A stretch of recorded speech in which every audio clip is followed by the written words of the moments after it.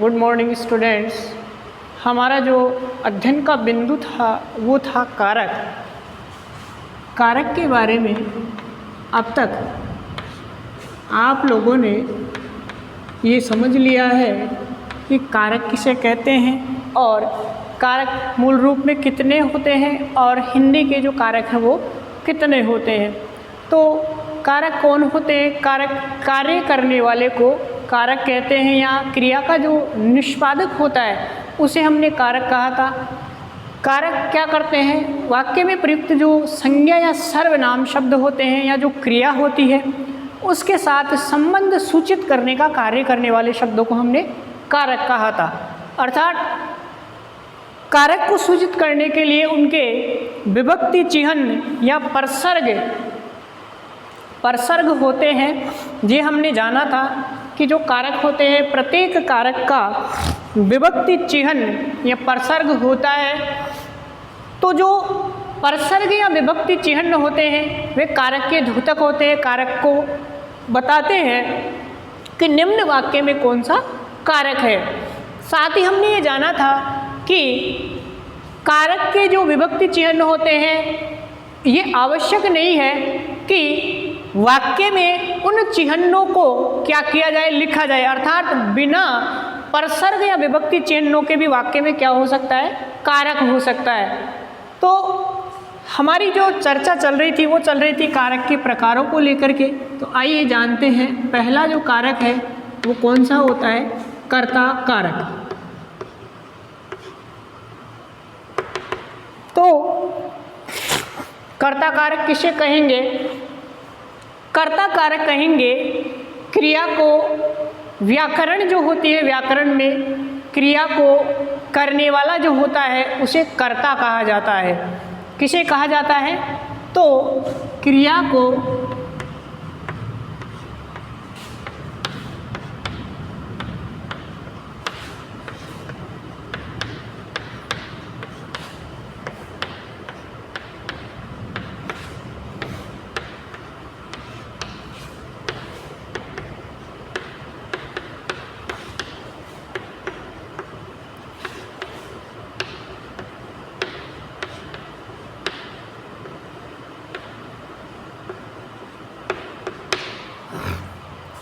अर्थात क्रिया को जो करने वाला होता है उसको ही व्याकरण में क्या कहा जाता है? कर्ता कारक कहा जाता है। यानी कोई वाक्य दिया हुआ हो और उस वाक्य में जो क्रिया को करने वाला है, अर्थात वाक्य में जो कुछ भी घटित हो रहा है या संपन्न हो रहा है वह क्रिया जिसके द्वारा की जा रही है वही क्या कहलाता है? कर्ता कारक कहलाता है। उसे ही हम क्या कहेंगे? कर्ता कारक कहेंगे। क्या कहेंगे? कर्ता कारक कहेंगे। तो कर्ता कारक जो होता है, कर्ता कारक का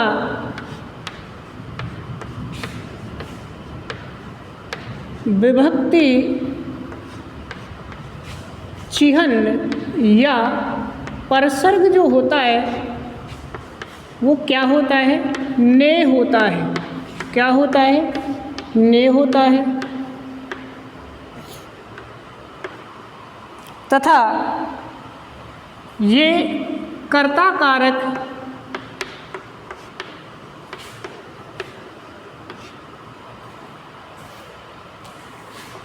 संज्ञा या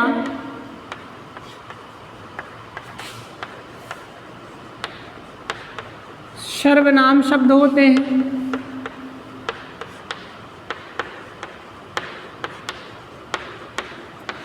अर्थात जो कर्ता होगा वो या तो संज्ञा शब्द होगी या फिर सर्वनाम शब्द होंगे। तो वाक्य जो होगा उसमें कर्ता कारक जब भी होगा तो वह कर्ता कारक या तो कोई संज्ञा होगी या फिर सर्वनाम शब्द होते हैं। दूसरी बात कि जो विभक्ति होती है ने, विभक्ति ने का प्रयोग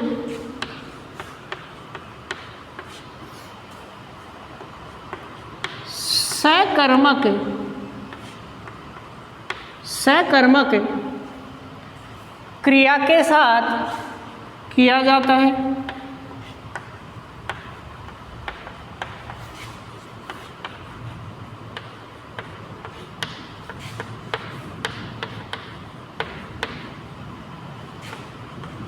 और वह भी भूतकाल के वाक्यों में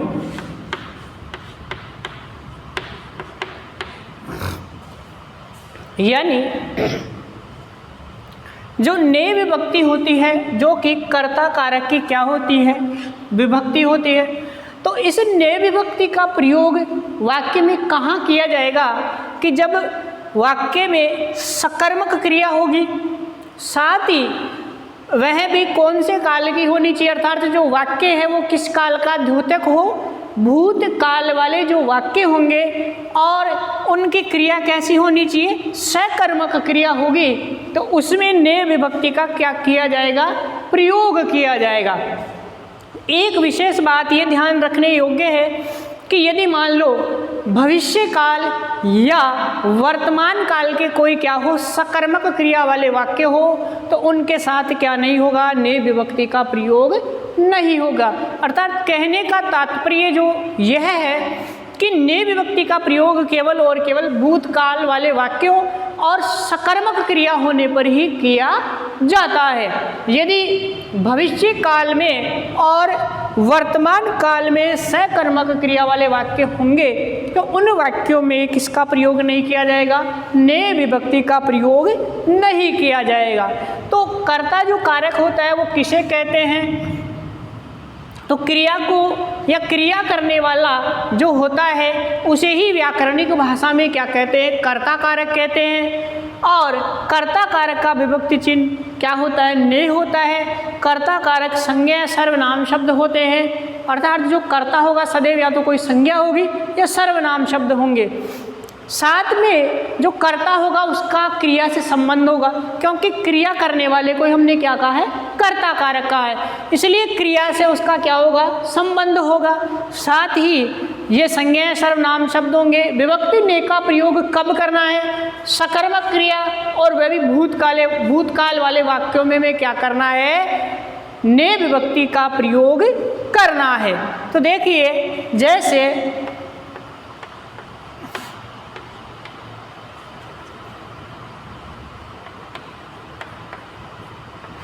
श्याम ने पत्र लिखा, श्याम ने पत्र लिखा,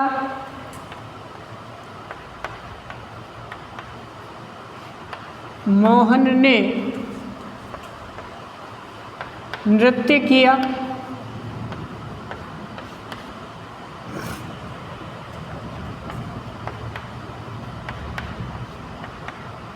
राधा ने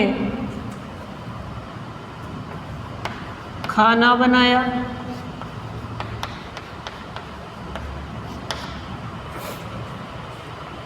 तो इस प्रकार के जो वाक्य हैं कि श्याम ने पत्र लिखा, मोहन ने नृत्य किया, राधा ने खाना बनाया, ये वाले जो सारे के सारे वाक्य हैं, उन वाक्यों में लिखा, करना और बनाना ये जो क्रियाएं हैं, इन क्रियाओं का जो प्रभाव है वो किसके ऊपर हो रहा है। यानी पहली बात ये कि हमने लिखा है कि विभक्ति ने का प्रयोग केवल भूतकाल वाले जो वाक्य होंगे उनमें, और कौन सी क्रिया होगी, सकर्मक क्रिया के साथ में किया जाएगा।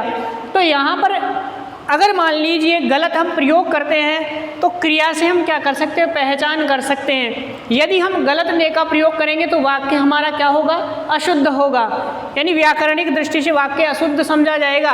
तो इसलिए हम देख लेते हैं कि लिखना जो क्रिया है उसका प्रभाव यहाँ पर किसके ऊपर हो रहा है, अर्थात पत्र जो कि क्या है, लिखना क्रिया का कर्म है। इसी प्रकार से दूसरा जो वाक्य है किया, अर्थात करना जो क्रिया है उस क्रिया का प्रभाव किस पे हो रहा है, नृत्य के ऊपर, अर्थात क्या किया गया है, नृत्य किया।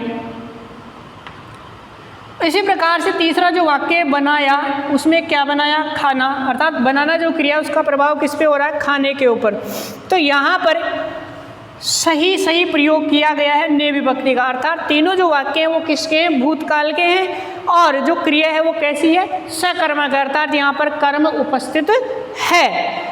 तो इस प्रकार से जब कभी हम क्या करेंगे, ने विभक्ति का प्रयोग करेंगे तो हमें ये ध्यान रखना है कि वाक्य भूतकाल में हो और जो क्रिया है वो कैसी होनी चाहिए, सकर्मक होनी चाहिए। और ये आवश्यक नहीं हो कि ने विभक्ति होने पर ही क्या हो, वाक्य किसका हो, कर्ता कारक में हो, अर्थात कर्ता मौजूद हो, यह आवश्यक नहीं है। अर्थात बिना विभक्ति के भी क्या किया जा सकता है, वाक्य लिखा जा सकता है। ये बात मैंने आपको पहले बता दी है कि आवश्यक नहीं है कि विभक्ति चिन्ह का प्रयोग प्रत्येक वाक्य में किया जाए, अर्थात ये आवश्यक नहीं है कि विभक्ति चिन्ह लिखे जाने पर ही क्या हो, वाक्य को उस कारक के अंतर्गत रखा जाए। अर्थात ये जो कारक हैं वो विभक्ति चिन्हों के साथ भी लिखे जाते हैं और विभक्ति चिन्हों के बिना भी लिखे जाते हैं। तो ये बात भी हमें क्या रखनी है, ध्यान रखनी है।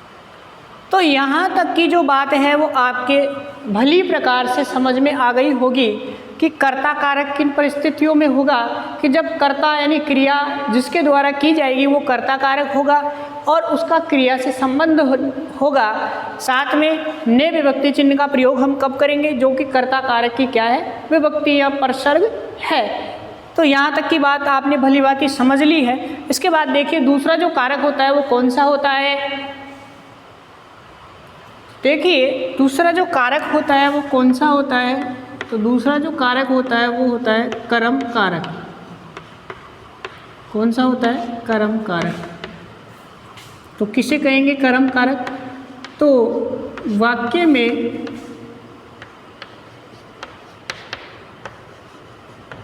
क्रिया का फल जिस शब्द पर पड़ता है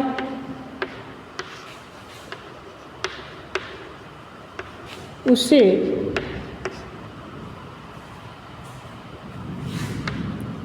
कर्म कारक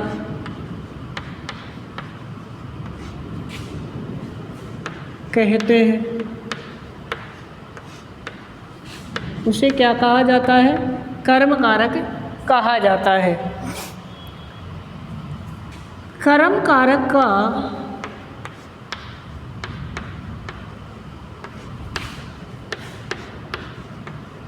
विभक्ति चिह्न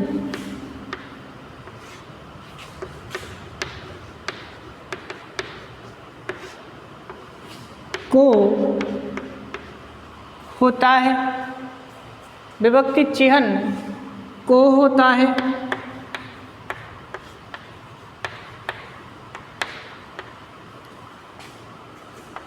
विभक्ति का प्रयोग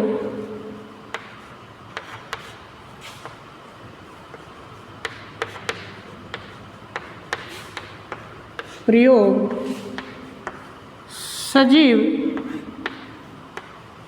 कर्म कारक के साथ होता है।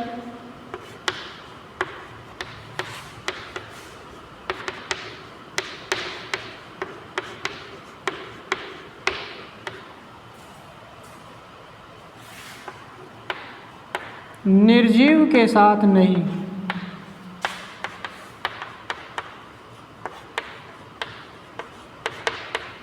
यानी वाक्य में क्रिया का फल जिस शब्द पर पड़ता है या क्रिया का प्रभाव जिस शब्द के ऊपर होता है उसे ही हमने क्या कहा है, कर्म कारक कह दिया है। उसे ही हमने क्या कह दिया है, कर्म कारक कह दिया है। कर्म कारक का जो विभक्ति चिह्न होता है वो क्या होता है, को होता है। और विभक्ति का प्रयोग अर्थात को विभक्ति जो होगी वो सजीव कर्म कारक के साथ में प्रयुक्त होगी। यानी यदि हमारा जो कर्म है वो क्या होगा, सजीव होगा, तो क्या होगा, को विभक्ति का प्रयोग किया जाएगा। यदि कर्म क्या हो, निर्जीव हो, तो उसके साथ में को विभक्ति का प्रयोग नहीं होगा। जैसे सीता ने नौकर को बुलाया।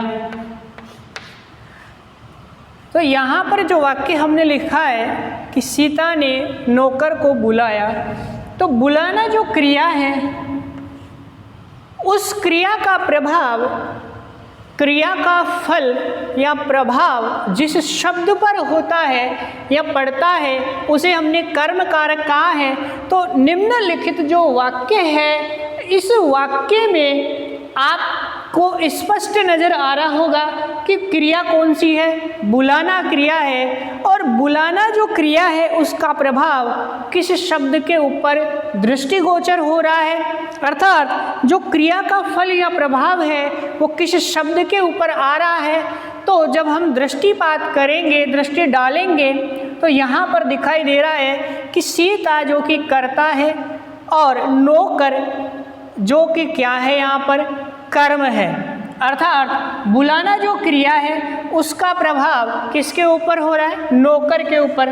तो एक बार मैं आप सबको वापस रिमाइंड करवाना चाहूँगा कि जब हमने क्रिया शब्द के बारे में चर्चा की थी कि कर्म के आधार पर जो क्रिया शब्द होते हैं उनके दो भेद किए गए हैं, पहला अकर्मक क्रिया और दूसरा सकर्मक क्रिया।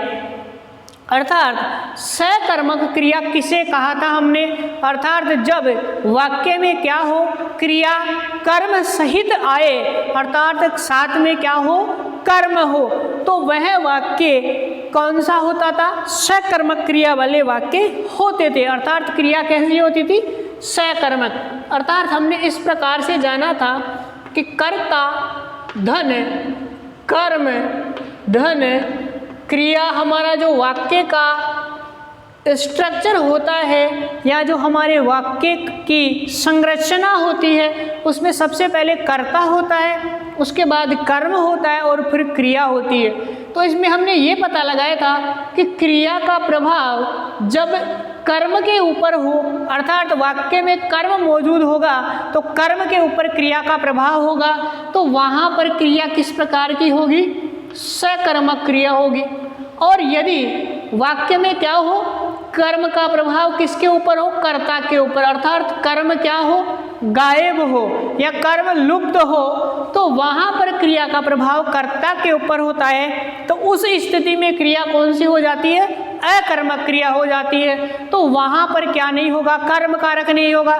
तो जहाँ पर क्रिया कैसी हो, सकर्मक अर्थात कर्म सहित क्रिया हो, तो वहाँ पर कौन सा वाक्य होगा, कर्म कारक में वाक्य होगा। अर्थात क्रिया कैसी होगी, सकर्मक होगी और कर्म सहित क्रिया आएगी। तो जो क्रिया का कर्म होगा उसे ही हम क्या कहेंगे, कर्म कारक कहेंगे। तो यहाँ पर नौकर को बुलाया, अर्थात विभक्ति चिन्ह आया है को, और नौकर जो है वो क्या हो गया, कर्म कारक हो गया।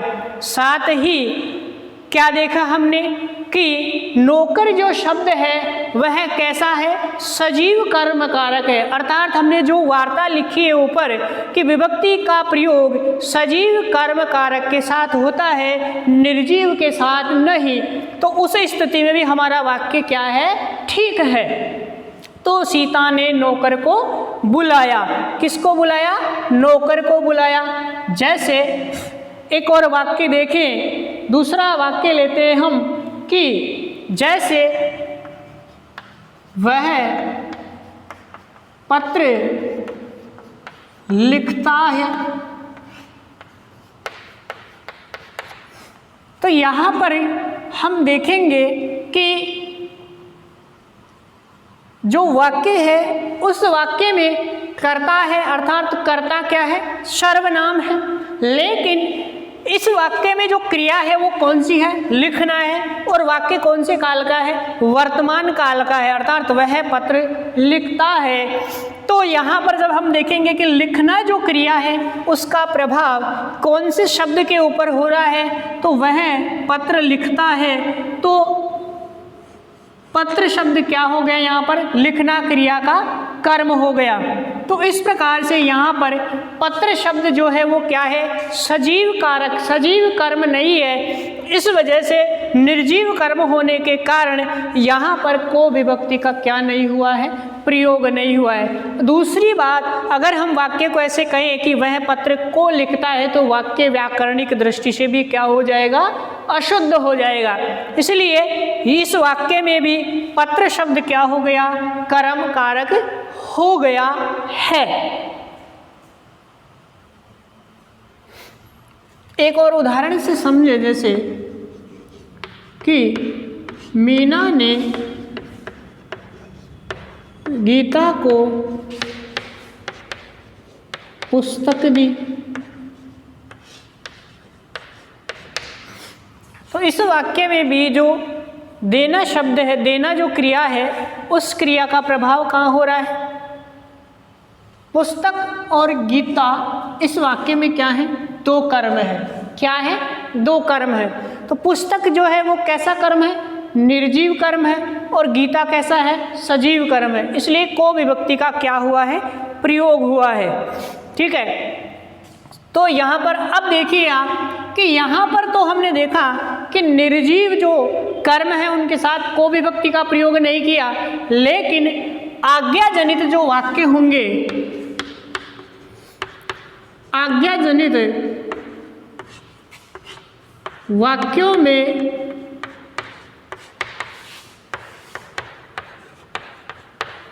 निर्जीव कर्म कारक के साथ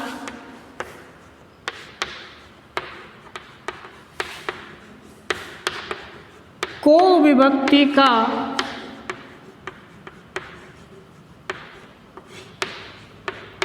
प्रयोग किया जाता है।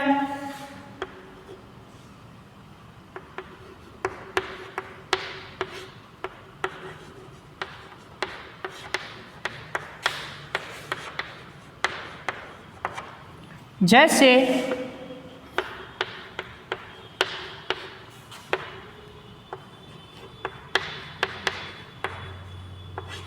पुस्तक को मत फाड़ो। दूसरा,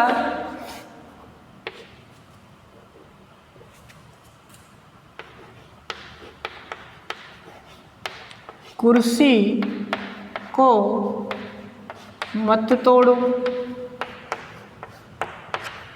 तो यहाँ पर जो दोनों वाक्य हैं, या निम्नलिखित जो दोनों वाक्य हैं कि पुस्तक और कुर्सी दोनों कैसे कर्म हैं, निर्जीव कर्म है, लेकिन वाक्य कैसा है, आज्ञाजनित है। अर्थात जब कभी छोटे बालकों के द्वारा पुस्तकों से खेला जाता है या बालकों के द्वारा पुस्तकों को इधर उधर क्या किया जाता है, पटका जाता है या इधर से उधर फेंक दिया जाता है, तो जो घर में बड़े बुजुर्ग होते हैं या माता पिता होते हैं वे कहते हैं कि बेटा पुस्तक को मत फाड़ो। या सामान घर में रखा हुआ रहता है बहुत सारा, तो उनमें कोई भी वस्तु ले लीजिए कि किवाड़ को मत हिलाओ, या कुर्सी को मत तोड़ो, या टेबल को मत पटको, इस प्रकार से, या पंखे को मत चलाओ। इस प्रकार से क्या होता है, जो आज्ञाजनित वाक्य होंगे उन वाक्यों में भी निर्जीव कर्म के साथ में को विभक्ति का प्रयोग कर लिया जाता है या को विभक्ति का प्रयोग किया जाता है। तो ये बात हमें ध्यान में रखनी है कि को विभक्ति का प्रयोग निर्जीव कर्म के साथ में भी कब होगा, यानी वे वाक्य जो आज्ञाजनित होंगे उन वाक्यों में को विभक्ति का क्या कर लिया जाएगा, प्रयोग कर लिया जाएगा। और किसके साथ, जो निर्जीव कर्म होंगे उनके साथ में को विभक्ति का प्रयोग कर लिया जाएगा। जबकि परिभाषा में हमने ये बात कही कि निर्जीव कर्म के साथ को विभक्ति का प्रयोग नहीं किया जाता है, लेकिन ध्यातव्य बात यह है कि यदि वाक्य आज्ञाजनित हो तो वहाँ पर को विभक्ति का प्रयोग होता है। तो ये बात आप सबको ध्यान में रखनी है। इसके बाद आगे की जो बात है वो देखिए क्या है। इसके बाद देखिए कुछ स्वभाव जनित क्रियाएं होती है, स्वाभाविक क्रियाओं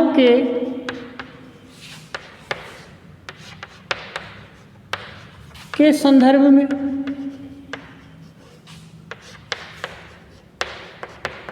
यानी जिस प्रकार से हमने ये देखा कि आज्ञाजनित जो वाक्य होंगे उनमें निर्जीव कर्म के साथ भी को विभक्ति का प्रयोग होगा, ठीक वैसे ही कुछ स्वाभाविक क्रियाएं अर्थात जिन क्रियाओं पर हमारा क्या नहीं हो, नियंत्रण नहीं हो, वे स्वाभाविक क्रियाएं होती है, और जिन क्रियाओं पर हमारा नियंत्रण हो वो क्या होती है, अस्वाभाविक क्रियाएं होती है।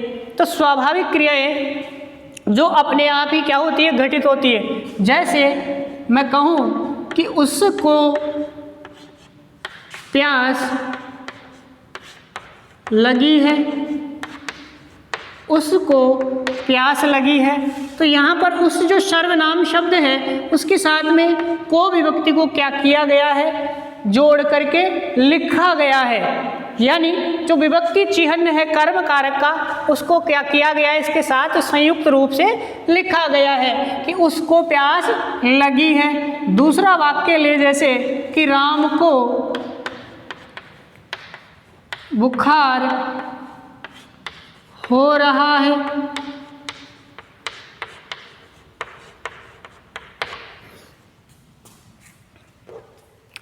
तो इन दोनों वाक्यों में जो क्रियाएं हैं वो कैसी है, स्वाभाविक है, अर्थात इन पर हमारा क्या नहीं है, नियंत्रण नहीं है। तो परिस्थिति कैसी हो, अस्वाभाविक यानी स्वाभाविक हो, यानी जिस पर हमारा नियंत्रण नहीं हो वो क्या होगी, स्वाभाविक क्रियाएं। जैसे उसको प्यास लगी है या राम को बुखार आ रहा है, तो प्यास लगने के ऊपर हमारा क्या नहीं है, नियंत्रण नहीं है। यानी जो प्रकृति है वो कैसी है कि जब शरीर में जल की क्या होगी, कमी होगी या जल की पर्याप्त पूर्ति नहीं होगी तो हमें प्यास लगाती है। अर्थात हम चाहें कि 2 घंटे बाद पानी पी लें तो उसके ऊपर हमारा क्या नहीं है, नियंत्रण नहीं है। ठीक उसी प्रकार से किसी को बुखार आ जाए, कोई बीमार हो जाए तो उसके ऊपर भी हमारा क्या नहीं है, नियंत्रण नहीं है। अर्थात हमारा शरीर जब स्वाभाविक रूप से क्या हो जाए, अस्वस्थ हो जाए तो बीमारी से ग्रसित हो जाता है। तो वैसे राम को बुखार हो रहा है, तो यहाँ भी क्या हो रहा है, को विभक्ति का क्या किया गया है, प्रयोग किया गया है। तो ये बातें हमें ध्यान रखने योग्य है कि किन किन परिस्थितियों में को विभक्ति का प्रयोग हो रहा है और किन परिस्थितियों में हम को विभक्ति का प्रयोग नहीं करेंगे। तो ये ध्यान रखने योग्य बातें हैं। आज की अपनी ये क्लास यही समाप्त होती है। धन्यवाद।